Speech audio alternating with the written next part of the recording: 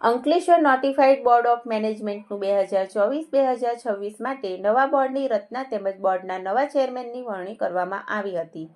Ankleshwar notified area ઓથોરિટીની આજરોજ બેઠક મળી હતી, જેમાં સર્વાનુમતે નોટિફાઈડ એરિયા ઓથોરિટીના ચેરમેન તરીકે અમુલક પટેલની વરણી કરવામાં આવી છે. આ ઉપરાંત બોર્ડ પ્રતિનિધિમાં અંકલેશ્વરના ઉદ્યોગ મંડળના પ્રમુખ હિંમત સેલડિયા, સેક્રેટરી હરીશ પટેલ, પ્રબોધ બી પટેલ, પ્રશાંત પટેલને સામેલ કરવામાં આવ્યા છે. આ ઉપરાંત સરકારના પ્રતિનિધિ સાથે કુલ 8 સભ્યોની પસંદગી કરવામાં આવી છે.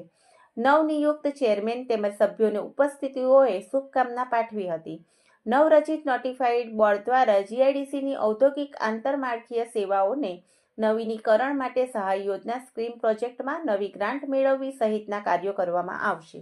નોટિફાઈડ બોર્ડમાં આજરોજ મારી નોટિફાઈડ બોર્ડ ચેરમેન તરીકે નિયુક્તિ થઈ છે.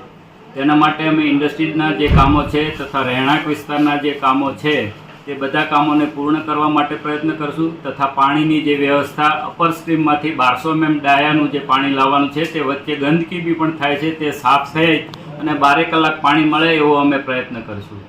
તથા નોટિફાઈડમાં જે સુવિધાઓ બધી સગવડતાવાળી છે એનો અમે પૂરો પ્રયત્ન કરીશું. આભાર.